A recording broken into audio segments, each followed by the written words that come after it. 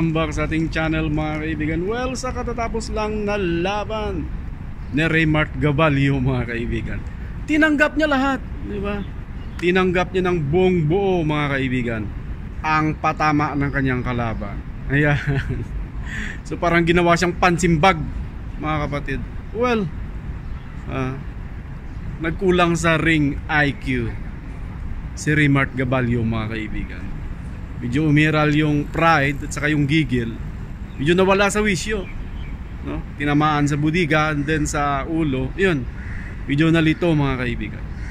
Nagtaka lang ako kay Raymart, is veterano niya sa larong boxing mga kaibigan.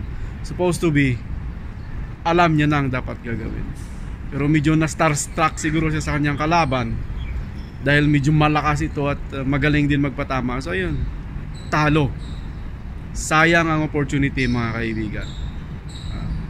Sana siya sana yung mandatory challenger mga kapatid. Pero ganun talaga.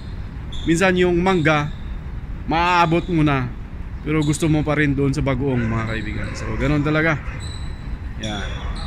So nadagdag daw si Raymart sa Gapang Boys mga kaibigan. So yun lang. Welcome back at saka see you on our next video mga kaibigan.